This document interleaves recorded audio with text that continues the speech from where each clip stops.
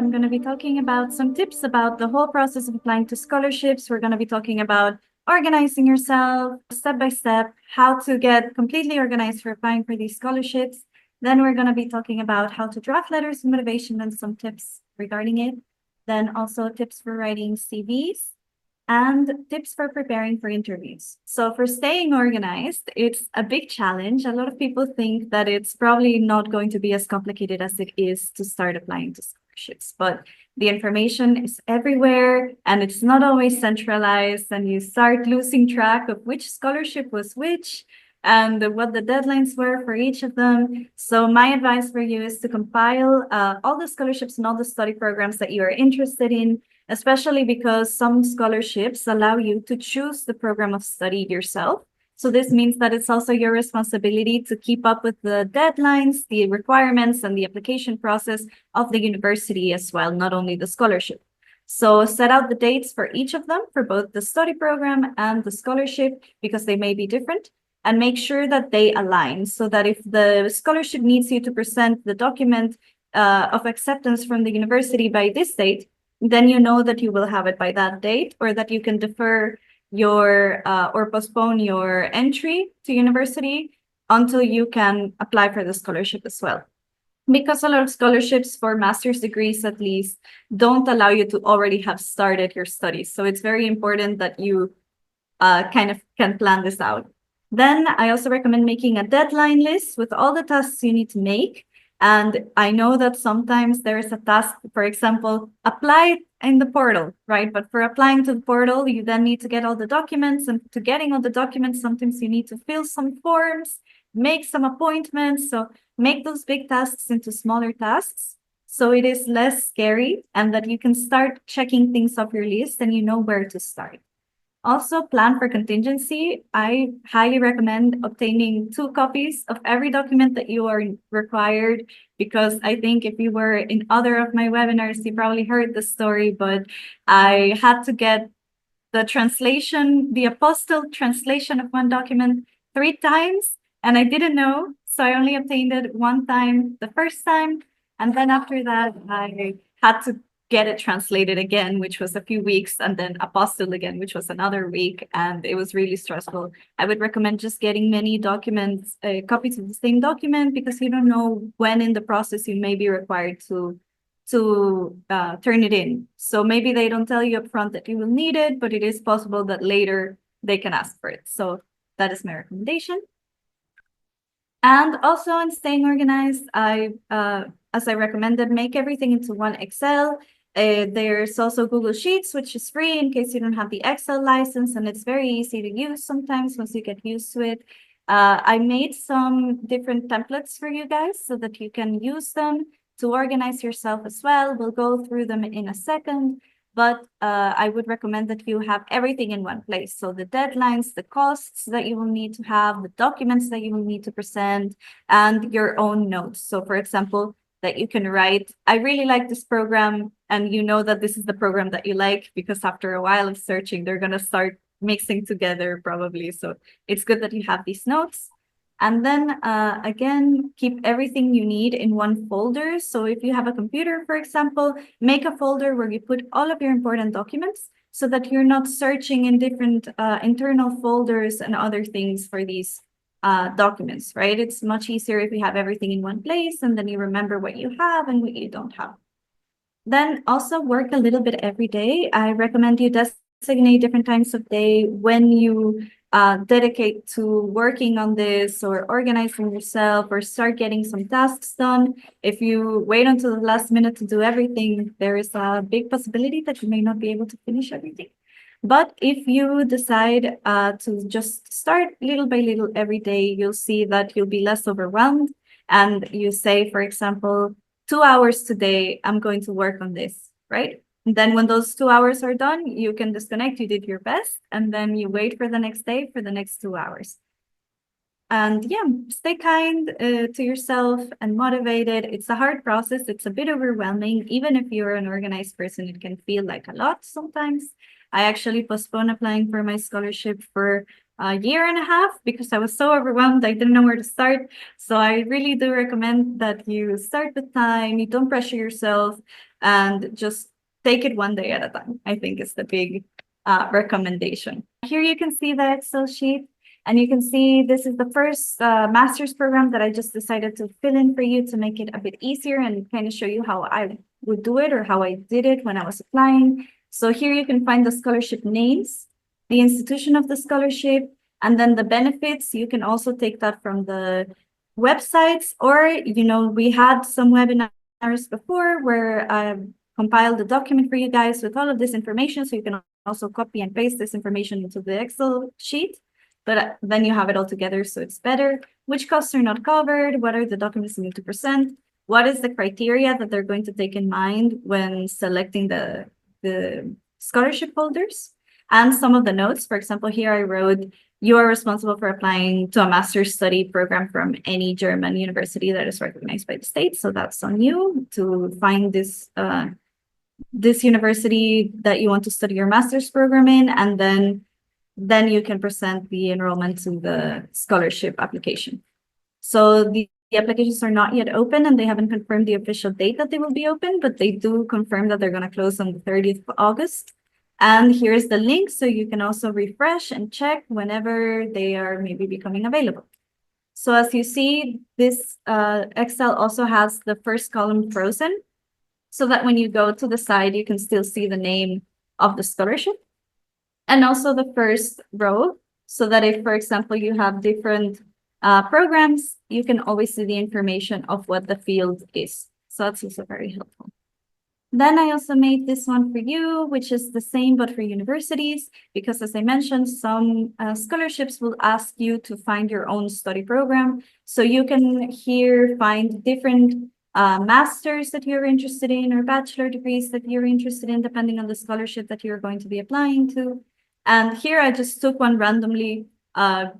It's not my area of study, but I just took this one that is a Master in Adult Education and Management in Lifelong Education in Würzburg. And then here is the costs that are not covered by the scholarship. It states that it costs 168 euros per semester. That includes the public transportation ticket, which is usually, this ticket is usually like 50 euros a month. So it actually is pretty much just the card.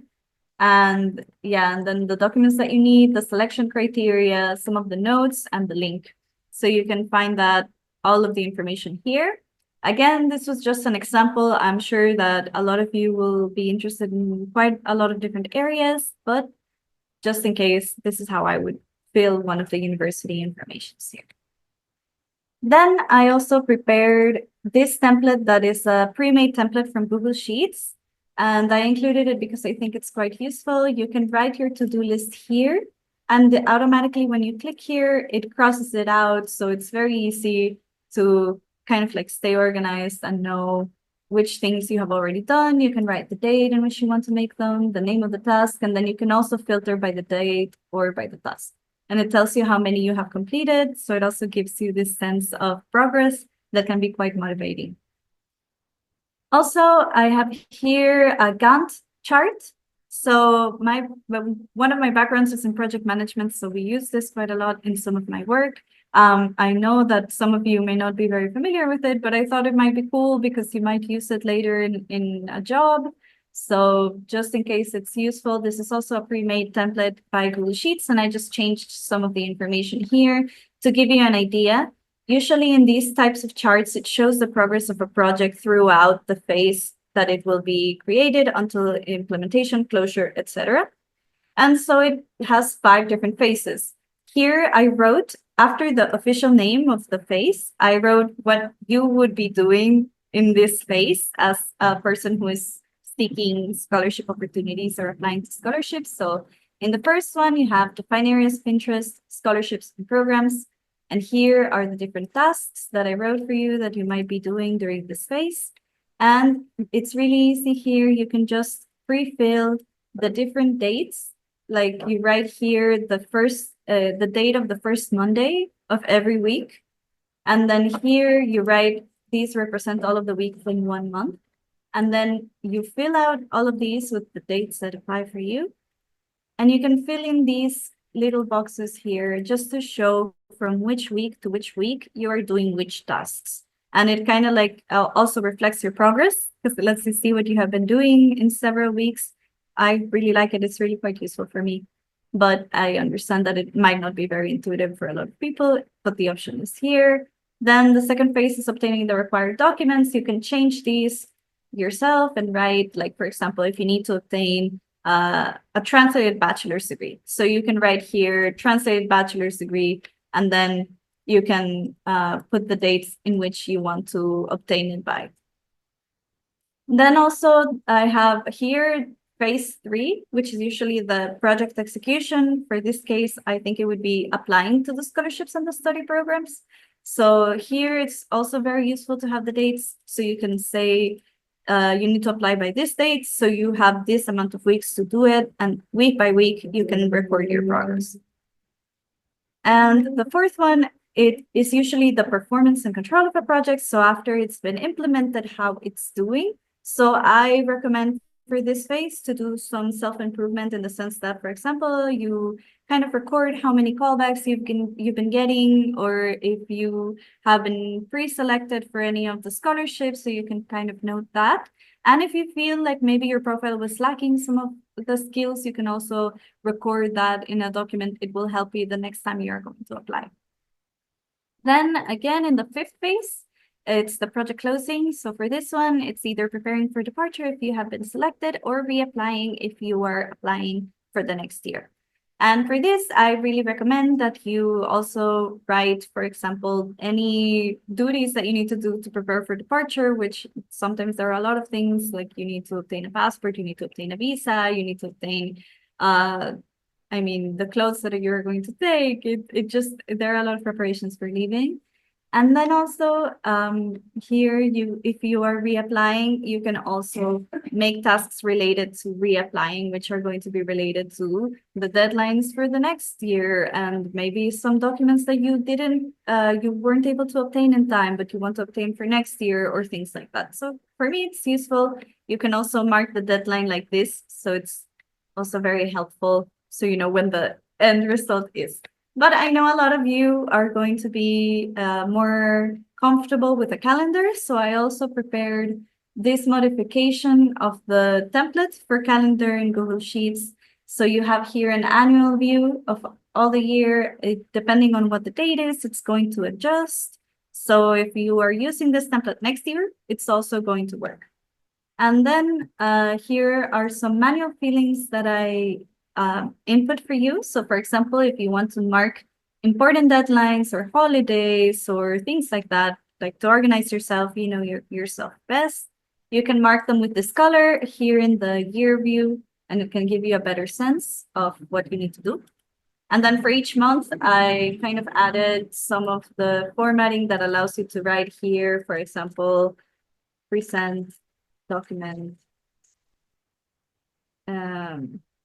to authorities or something, right? And then you can see it here in the calendar. So it's very easy to keep track of what you need to do if you have it by deadlines here in the calendar. And you can also write the things that you have already done, kind of to keep track of that as well.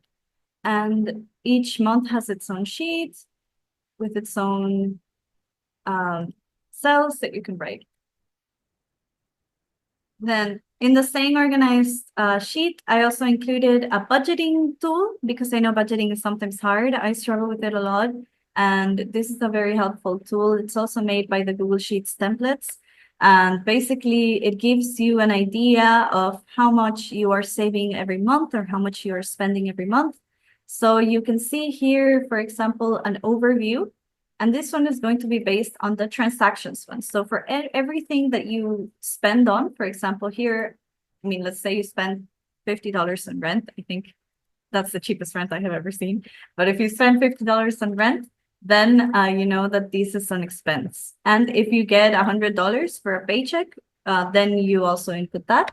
And that's going to automatically reflect here in your sheets. So it's also very useful, so you can stay in the know of what you're spending, how much you're earning for different things, and how much you are saving because it's always good, even if the scholarship is a complete scholarship, it's always good to have some money with you in case of emergencies, or sometimes the scholarships reimburse things, so you need to have the initial money to cover for some things.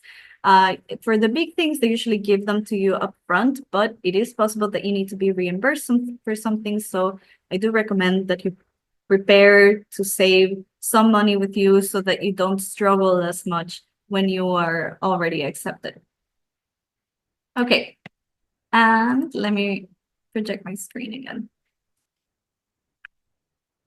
So now we're going to talk about letters of motivation. And in the letters of motivation, they are usually one of the key requirements for all of the master's programs. It's one of the most important documents from your application. It kind of gets to know who you are.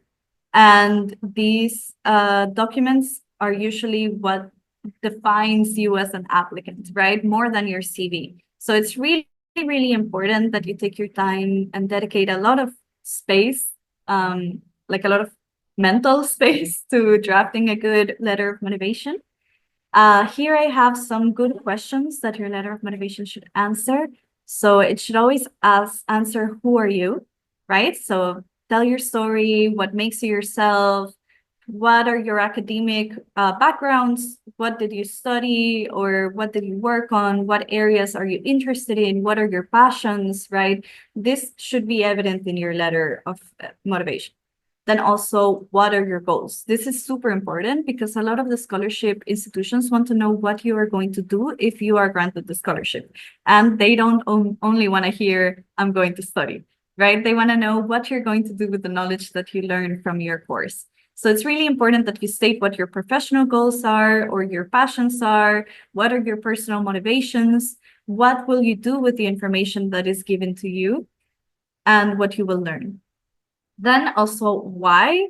You should explain why you are trying to achieve these goals. It's a little background can help. For example, the events that made you value the things that you value, or that formed your personality or your goals. Maybe something happened in your life that made you really passionate about a theme or an area of study. And then you can tell a little bit about that. For example, it might be a personal experience. It might be something that happened in your community that made you realize that you wanted to study something like that. So it can help when you have a bit of context as to why you're trying to achieve these goals, because it makes your application a bit more human, right? And in the end, when we see these types of documents, so I mean, I've never reviewed application for scholarships, and I applied, but my understanding is that when people review these documents, they want to see the human behind the paper, especially knowing that there is a lot of use of AI. So it's really good when you can get to know the person who is applying, who they are, what is behind them, and these things.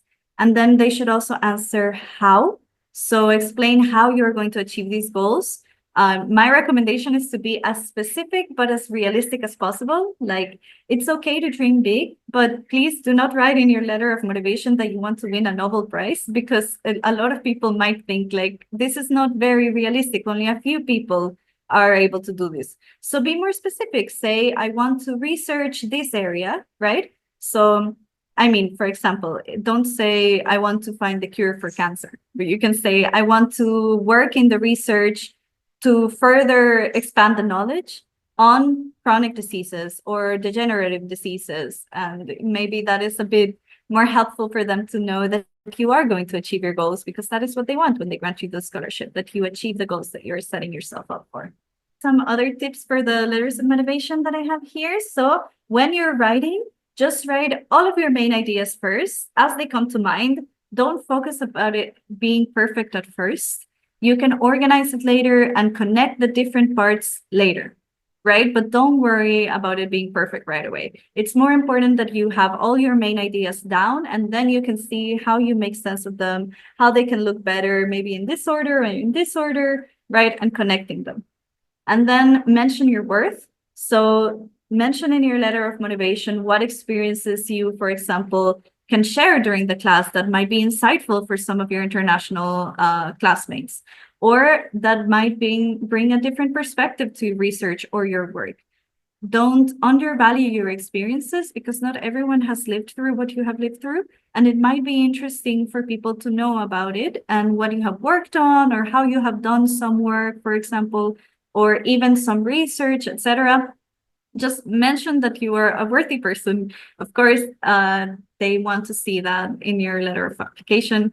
Don't just write like, I am a worthy person, right? But reflect it with facts. Like, what will you be able to bring to the masters, to the research, to the work, and to your objectives? Then also research the type of work that someone who studied that program and already graduated, for example, is doing.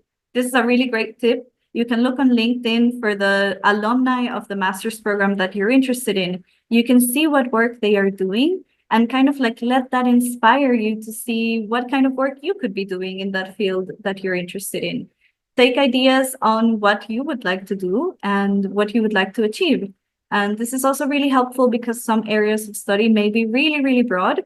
And this might help you know specifically what types of jobs these people can have that are related to their field of study. And it can also help you understand if this field of study will give you a potentially good job in the future, right? So it's a win-win. Then also, I would recommend to be very specific about things, but not write information that is not key. So for example, when you're writing, I don't know, your own story, don't include things that maybe are not that relevant. Like maybe you say, I don't know, for example, I was born in this place, my family is big, I have this many siblings and this and this and this. If it's not super relevant, keep your background information only to what is relevant to the story, I would say. Like, it's important to know where you're coming from, but all of these details can sometimes distract from the point. So I would recommend to be very strategic about what information you include. And yeah. Then I found a document that I also used to help myself write my own motivation letter from when applying to the scholarship, which is this document from the DAAD. It's an official document. I'll show it to you right now. So you can see here, this is a guide by the DAAD. It's actually part of a handbook for Africa, but I think a lot of the principles may apply. I did use it as a base to inspire me to write up my own letter of motivation. So it might help you too. So here, for example, they tell you take your time, right? Don't just repeat your CV. These are some of the questions that they want to hear, like what is your professional goal? What sector would you like to work on? How would you like to contribute to the development of your home country? And then, I mean, the part of the home country also only applies for a few of the scholarships, but you can also just say how you would like to contribute to the development of the area of your professional goals, right? Then here, why are you applying to this program? And here is what I mentioned.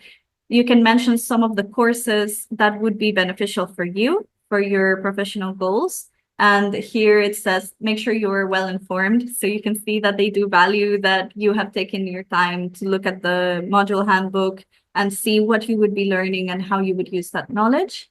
Then it also has, for example, why do you think you're the right person? And they give you these thought questions like, what knowledge and skills would be useful that you already have? What have you already gathered in any professional experience? Have you gathered any experience as part of an organization, for example, a student organization, an NGO, volunteer service, etc., social involvement, extracurricular activities? And then they say, make sure that it's well composed, reflect all the questions, take the notes, read more, discuss with friends, then write an outline, then write a text. You don't need to answer all these questions. They're just guiding questions to kind of like help you. And do not include this outline or questions in your text. So it should be a straight flowing text. You should not say, what is your professional goal? And then my professional goal is, no, just make sure that it inspires you, but don't use it as a base.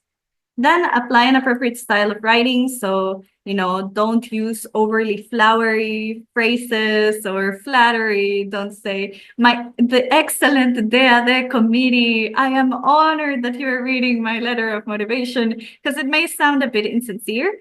And that specifically also Germans tend to be a bit more straightforward and serious. So they don't appreciate that language at all. So it's just good to go to the point, stay short and sweet and simple, but very straight to the point.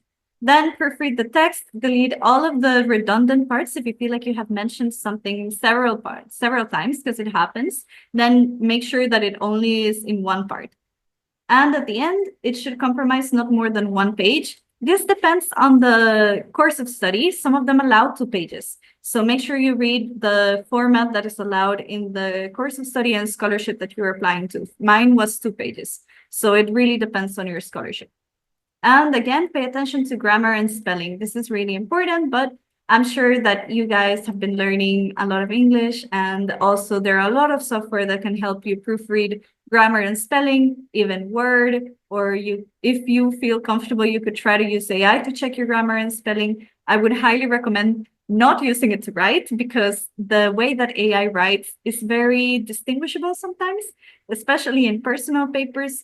And so it might have the opposite effect that you want. It might lead people to know that you wrote it with AI, and probably they would not take you as a passionate and responsible individual. Yeah. Okay, so we're going to talk about tips for writing CVs now. So on the format, a lot of the different universities and the scholarships are asking for the Europass format. And I really recommend it because it's easy to make. It kind of makes the CV for you. But also, if it's not specifically asking for it, a lot of them do accept it. So it's good to have your CV in this format. I have put here the link of the page where you can see how to make your own Europass CV. It's very helpful. You just create a profile, you fill in all of your information, and then click Generate CV, and you pick which design option you like the most, and it generates it for you automatically. And I also included a link for a tutorial on how to make it from the official Europass website. So they have a little video that explains how you create your profile and how you create the CV. And also my recommendation is that CVs should always be in backward chronological order. So they should always be from the present to the past. So your latest experience or studies should be first, and your oldest ones should be all the way below. So here on the left, you can see how this Europass CV looks. This is one of the design options that it has. This is, of course, a fictional example that I found on the Europass website that just has random information, so you can see more or less how it looks. I would recommend that you avoid writing too much text. Like here, this is a perfect amount of text because it's around a few sentences for each of the tasks. But sometimes if you see a CV that is a huge paragraph, it's overwhelming. So it's better to be straight to the point and not have it look cluttered. The CV itself should be a maximum of 2 pages. It should not be longer than that. And it's perfectly okay if it all fits in one page. So yeah, 1 page, totally cool. 2 pages, maximum, right? No more than 2 pages. If you have a strong professional experience, I would recommend that you include professional experience before education. And if you don't have what you feel is a super strong professional experience, then put your education first, and then put all the extracurricular, voluntary work, non-remunerated experience, certifications, and things like that below your academic experience.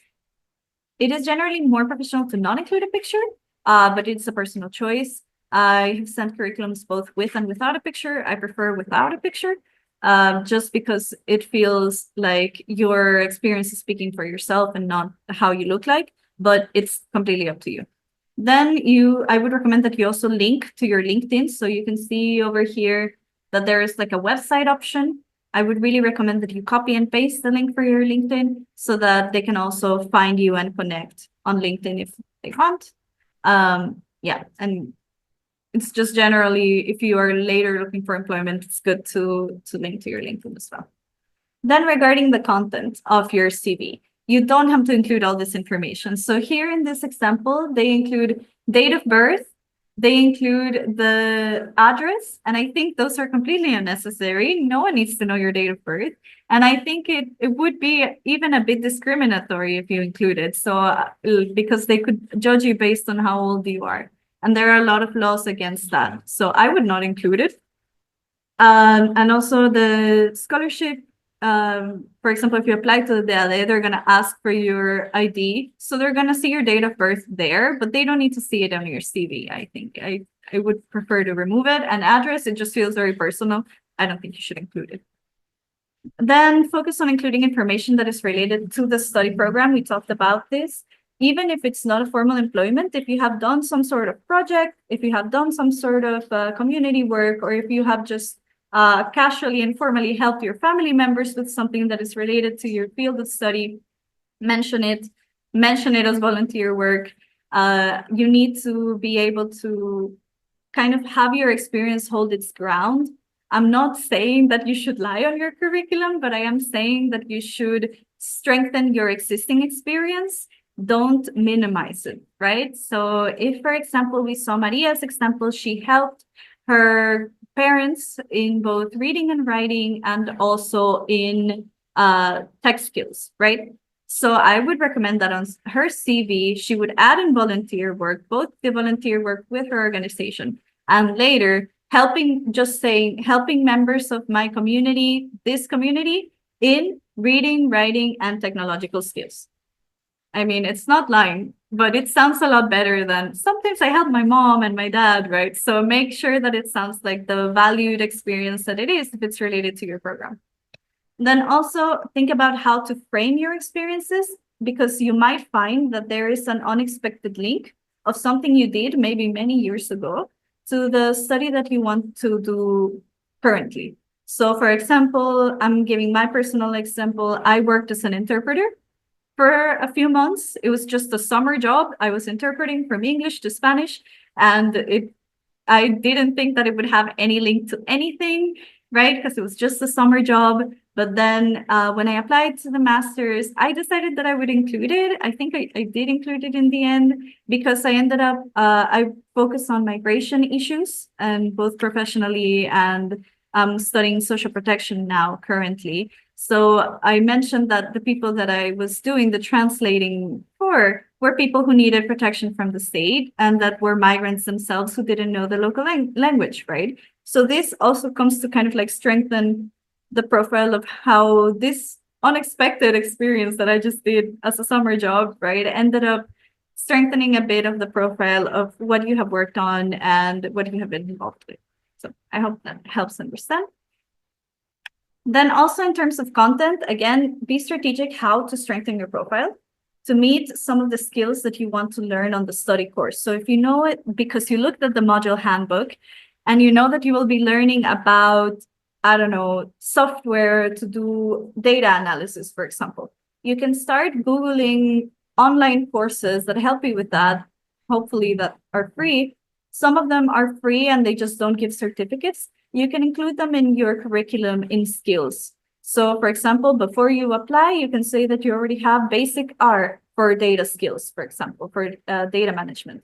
So it's really helpful that you can start looking at what you think you're going to be needing for your master's or learning in your master's and already start working on getting that experience somehow in your curriculum. Also participate in extracurricular activities that might be linked to your field or goals. I think we mentioned that a lot already, but it's always a good advice because it is very prioritized to have this kind of like social engagement for many scholarships, right? So it doesn't have to be super remunerated professional work, but they want to see that aspect of you wanting to drive social change and helping your community or helping, a change that you want to see in the world. Then if you have a lot of different experiences, I would recommend be strategic on which ones you will include, because sometimes some of the employment that is not related to the field of study may be confusing. So for example, if I also did a summer job just in a normal, I don't know, in a store, like selling clothes in a store, then maybe that would confuse a bit about my professional story. So if I did that, I would include it, for example, under a gap year. So you need to not leave any gaps in the curriculum. So you can say from this month to this month, you can say like gap year or gap period, and then you can say did part-time jobs while searching for a study program or switching jobs or in between jobs or things like that. and you can put it in a gap year.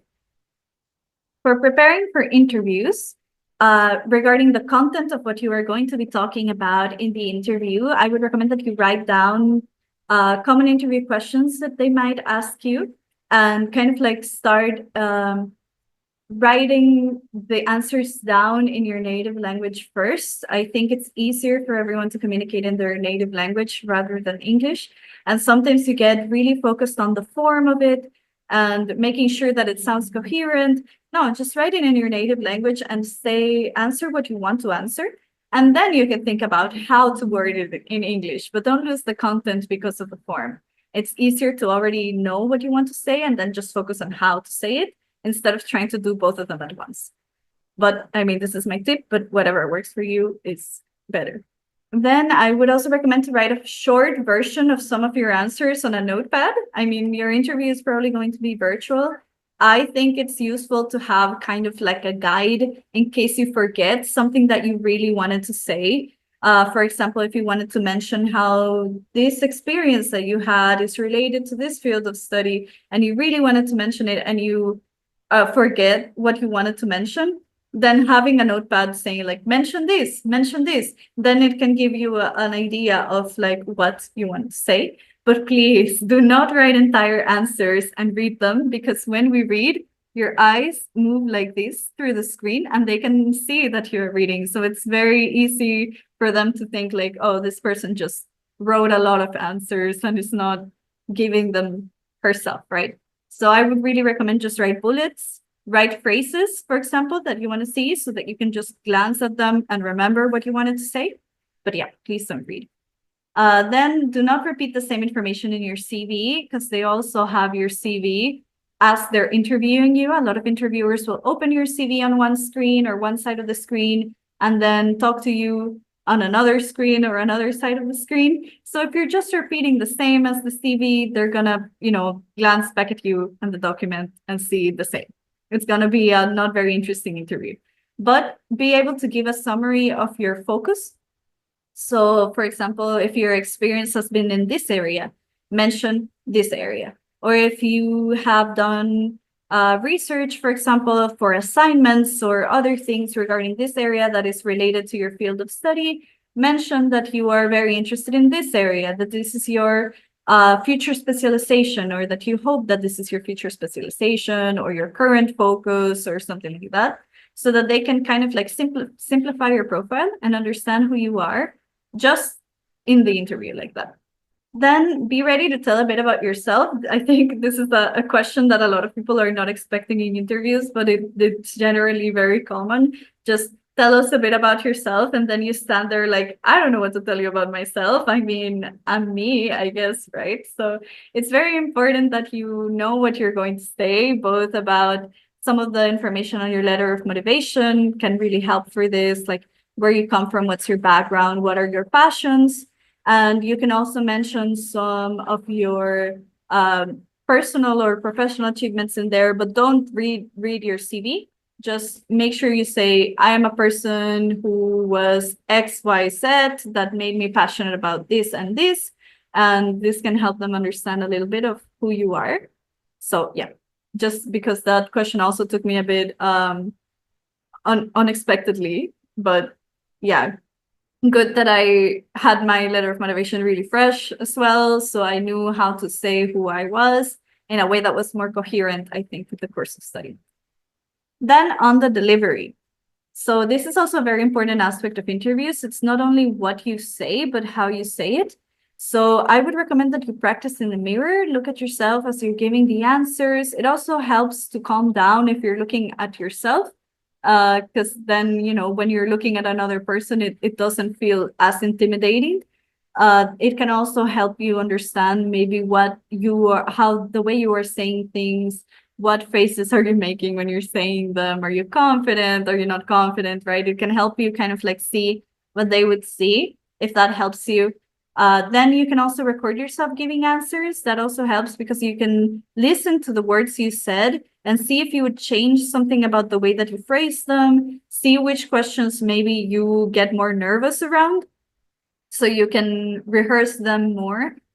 Don't trust that you already know what you are going to answer, because if you don't practice, it's very possible that you're going to get nervous and forget what you wanted to answer. So just make sure that they come naturally to you and that it doesn't sound like you're reading or forgetting something that you prepared, right? Like, so that it sounds like it's a natural answer that is coming from you. Then be confident and relaxed. The energy that you bring with you to the interview is almost just as important as what you say. Everyone gets nervous during interviews, and even the people who make the interviews get nervous when they're on interviews. People feel really comfortable when you're able to bring a more like comfortable and relaxed environment, and that can get them to enjoy the experience a bit more and listen to what you have to say. So if, for example, you are having an interview and you're super nervous and your voice is stuttering, and they're gonna maybe lose track of what you're saying. So make sure that you breathe in, you remember that everyone gets nervous and it's really, really common. And it's just a conversation. Just picture it as a normal conversation. Don't think like, and I know because I do it too, but once you start thinking, this is the interview that decides if I get this or not, you're going to put yourself in too much pressure. So just think that you're talking to a friend that is asking you questions about what you're going to study, what your experience is, etc. Just make sure that you feel comfortable when you speak. It's my biggest tip. Easier said than done, but this is why I recommend that you practice a lot. And yeah, also, yeah, be very aware of your mannerisms. So for example, I tend to move my hands a lot.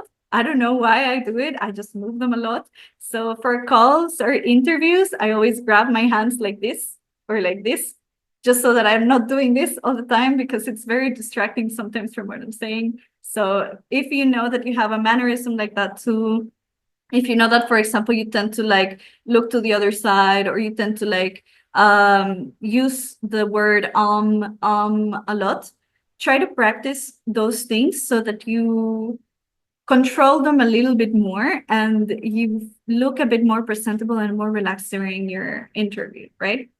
Also, I think I wrote this a little bit twice, so I'm sorry about that. But yeah, just smile a lot and be friendly, be professional. Don't feel like you have to be super serious, because also professional environments are also very friendly, at least the good ones.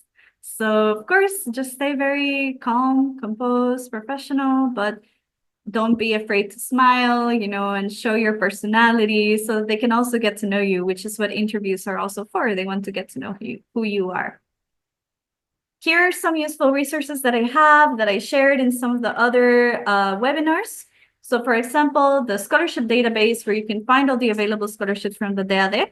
And it also includes scholarships that are not financed by the DAAD, but are for studying in Germany. Also, remember that we have the past webinars with scholarship information for both bachelor's and master's programs that Abed can share with you. And also there is this website that is called My Guide, in which you can find universities and study programs in Germany. The scholarship database, you can fill it in with your country here. As you can see, here is Afghanistan. So it's already filtered by your country of origin. And you can see there are 86 scholarship opportunities for your selection, right? So you can look at all the options that exist. This is the first one that I filled on the Excel sheet that I will share with you. That is the DAAD Master Studies for all academic disciplines, where you choose your own study program and they give you the funding. And you can see many, many, many pages of different scholarship opportunities. And then this is the My Guide, which is a platform that allows you to find the study programs. So if you are responsible for applying to a university, like in this scholarship that I just mentioned, you can search here, for example, if you're interested, I don't know, in economic sciences and law, right? And you are aiming for a master's, because that scholarship was for a master's, and you prefer to study in English, then you start here. And it will automatically load all of the different study programs. So like over 600, almost 600 study programs that you can see related to that area. And then you can see the different programs in the different universities, find the one that makes more sense to you. Also remember, super important, a lot of scholarships will not cover tuition fees. So make sure that the university that you choose does not have a very expensive tuition fee, because some of the private universities have tuition fees of thousands of euros, and that's really difficult to pay every semester. If you're studying in a public university, it's probably going to be a lot cheaper. So just make sure you check. As I mentioned, for example, the random example that we took was around 180 euros a semester, including the public transportation, which is basically just the card. Like, they're just charging you for the card that you would have to get anyway. So it's not that bad. You can cover it with your stipend. Yeah, here's some of the websites where you can connect with Abad.